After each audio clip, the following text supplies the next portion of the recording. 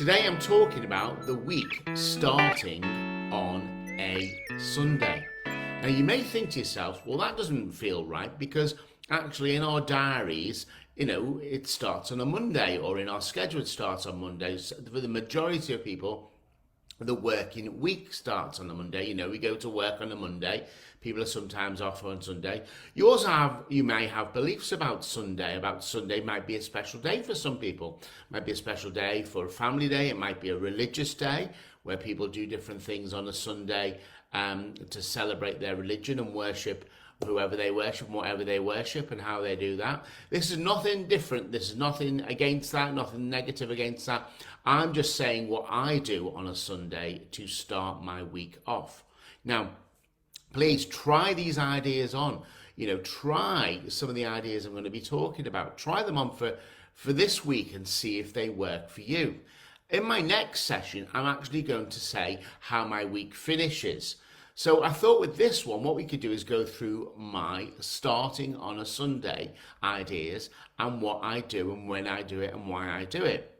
So Sunday for me then is about, it's a relaxing day. I get up late usually, or later usually. I have a lovely breakfast. I have a nice cup of coffee. But I know my week is going to start today. Now, I'm going to be very clear. I don't do a lot of work on a Sunday. What I do is I do a lot of preparation and start my week off today. And I do it for many reasons. It gets my mind thinking. It allows me to plan. It allows me to prepare. And what it allows me to do is get ready for a full-on week where I know I'm going to be working. I'm going to be doing my best. I'm going to be prepared, and I'm going to get everything done that I want to do by Friday. Because if you start on a Sunday, you should finish on a Friday. That's my rule. You start off on a Monday and you finish strong on a Friday. And you notice in some people's languages about what they do in the week. People call different days in the week negative things, which I think are negative anyway. So they talk about Monday and about, getting up on a Monday. Oh no, Monday morning again. Here we go, Monday. Well, I don't think that way because I've started on a Sunday. Also, you hear people talking about Wednesday being hump day. That part in the week where you get over the hump and you look forward to the weekend. In fact, I think Wednesday is all about bump day. It's all about bumping yourself up and getting yourself motivated to finish strong on a Friday. And if you plan for that finishing strong on a Friday, Wednesday turns into a different day. And what about Friday? Some people describe Friday as TFIF, and I'll let you decide what that means. Or thank something, it's Friday. People are really looking forward to that Friday when they can switch off. Well, again, if I take on this system with starting on a Sunday, for me, Fridays don't feel like that. Fridays become a celebration and not a time. So that's what my thinking of starting on a Sunday is. So to be clear, it's not about doing loads of work. It's about getting ready for the week ahead. And what I do to get ready for my week ahead, I follow a system that I've personally developed and that I go through every week. And I use a checklist to do this, to remind me to do it. And in other sessions, I've talked about the benefits of checklists, but this is literally what I do. I have 5 things. Now, the first one is I review the week before. I'm not going to do that today because I'm going to do that in my next session, so you can have a full week trying some things on. I don't just review the week, I also do some very practical things that help get the week ready. And as I said, I'm not going to talk about them now, I'll talk about them next week. But number 1 is I review the week. So I've asked myself some questions, I've closed down the week, I've written a little bit in my journal about what happened to celebrate what happened in the week, and I've answered some fantastic questions that really motivate me. So that's number 1, and we call that the weekly review, which I will talk about in the next session. Number 2 then, how I start on a Sunday. I ask myself, what is my intentions for the week? What am I intending to get done by Friday, or possibly Saturday as well? So what is the difference between intentions and goals? Okay, so for me, intentions is what you're setting out to do. The goal is how you're going to do it. So intentions is being clear on the why and the what, and then the goals is about the what, the how, the what time, and all that type of stuff. So you have an intention, you put it out there, it's what you're intending to do. Your goal is how you're going to do it. Now, you may use goal systems. You may have had SMART goals: specific, measurable, achievable, realistic, timely. Great framework to do. I'm not so much of a fan of it, but and why I'm not a fan of it is because it's been overused. But for me, goals is all about what I'm going to be doing, the when, the how, the time, and I really lock them in and I lock them into my schedule. So number 2, I ask, what are my intentions for the week? And they are based on what I call my fundamentals. Now, you've heard me talking about this before: mind, body, spirit, emotional intelligence, and relationships. And I believe those 5 things are the key to getting stuff done and the key to achieving your other objectives. So I have those 5 fundamentals, and then I also think about the 3 objectives that I'm working towards. And I set them in cycles. So every 3 months, I have 3 things that I'm really working on, and I must make sure I'm doing. I'm not saying I don't have other things to work on, but these things I keep reminding myself of the 3 objectives that I want to achieve. And what I do for stage 2 in my starting on a Sunday is I plan them, set the intentions, and put them into my diary.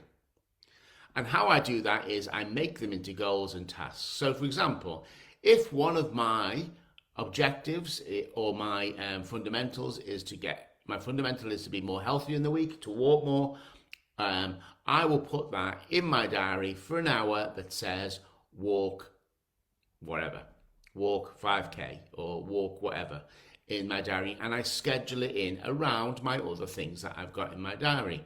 And that's what I do. I set my intentions out by scheduling them, because we all know, don't we, what gets scheduled gets done. And of course, I make sure I do them. And that's how I set up my week, my planning.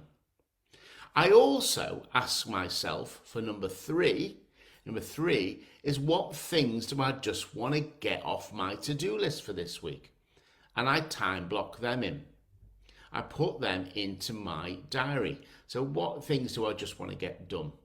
So I might have wanting to write to somebody or write an email that I've been putting off, or I might want to tidy one part of the house, or I may want to do some other stuff, dig the garden. I'm just making this up as we go along, as you can see. I'm in the planning stage at the moment.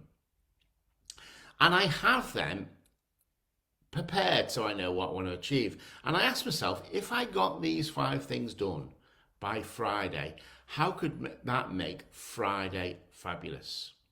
How could that make Friday flipping amazing? How could I make Friday fun?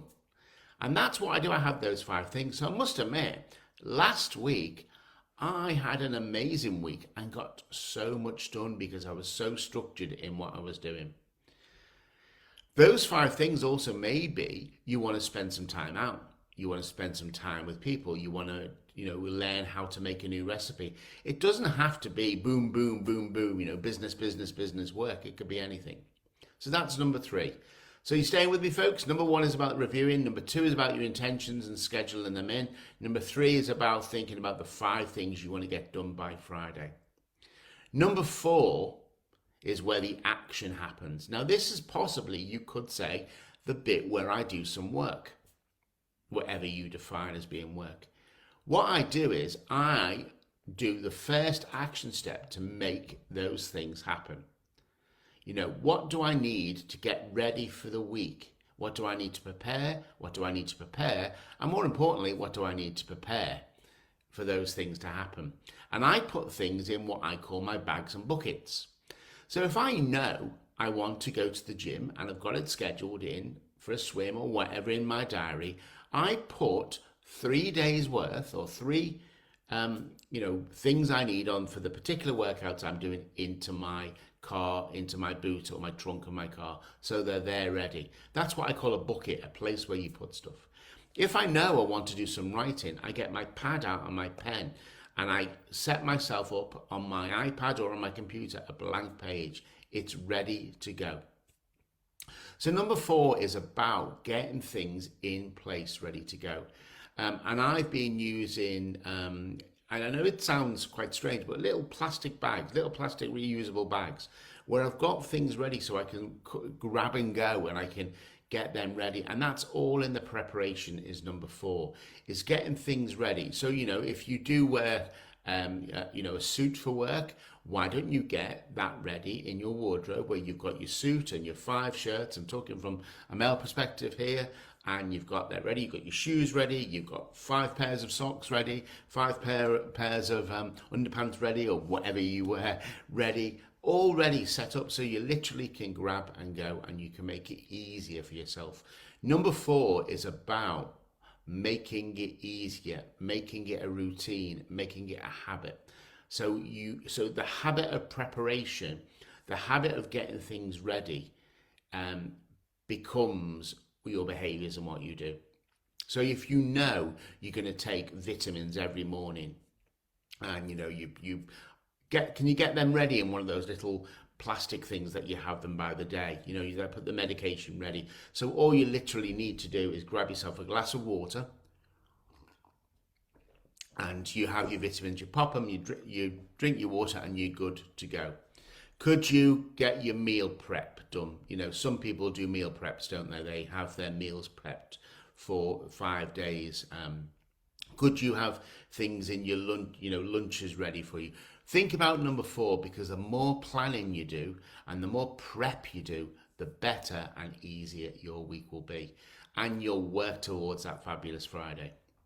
And then the last thing I do as part of this 5-point plan, this 5 starter plan, is I visualize. I take a moment to sit back, imagine in my head me going through my week, the transition points, the times when I'm going to go from A to B, what I'm going to feel like at the end of the day, and I just then visualize my week until Friday. Now, some people say to me, Steve, is that about putting it out to the universe? Is that about, some people call it the secret, don't they? Or the intention, the secret, or whatever. Now, I suppose, yeah, it's something about that. But I believe if you plant seeds in your head through visualization, and you use really good visualization techniques, use sound, use color, use stories, you see yourself in the picture, you have movement. You might even want to get up and move. You can see I'm very animated about it. Well, actually I do. I move when I'm doing it because it locks it into the muscle memory, etc. But I very much believe this: if you plant a seed, okay, and you work with that seed, as in you feed it, you water it, you put it in good soil, it has good things around it, and you show it to the sun, then that seed will start to grow. And that's what I see visualization is. I see visualization as planting the seed and letting it grow. That's different than setting an intention and not doing anything about it. You've got to put the work in, you've got to put the action in. And these 5 steps for me really set the week up. And that's why for me, the week starts on Sunday. And as I said before, you can do a little bit of work if you want, or whatever you call work, it's up to you. But it's about getting going, ready for that marvelous motivational Monday and getting that going. Other people on a Sunday, of course, use Sunday for celebration, for worship, for taking time out, maybe watching an inspirational film. They fill their Sundays with something positive. All I ask is, if you filled your Sunday, with clean water, let's use a glass as an analogy, and you put clean water in, don't, before Monday, put some dirty water in the top. Don't put, some negativity at the top. So try and stay away maybe on a Sunday night, watching the news, listening to the news before you go to bed. Maybe before you go to bed on a Sunday, perhaps just have some quiet time, get rid of the blue light, dim the lights, light a candle, have a glass of wine, enjoy. But, ease into a marvelous Monday morning. So they are my thoughts on the week starting on Monday. I will follow up with my weekly planning and how I close my week in our next session. But here's a reminder of the 5 things I talked about for starting on a Sunday. Number 1 is review the past week. Number 2 is asking yourself the question, what are my intentions for this week? How am I going to schedule my fundamentals and my objectives and my goals and put them in my schedule? Number 2 is what 5 things do I really want to complete by Friday and cross off the list and feel like I've got them out and done. Number 4 is what action steps do I need to take? What preparation do I need to do now on a Sunday to get that ready? Maybe it takes an hour to get all that ready.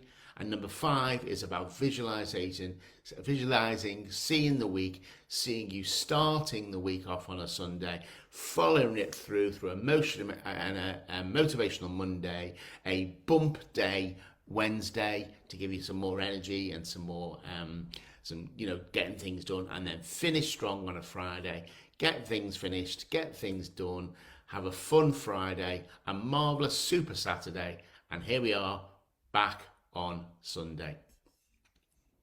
Start your week on Sunday. Have a go. What have you got to lose? What have you got to lose?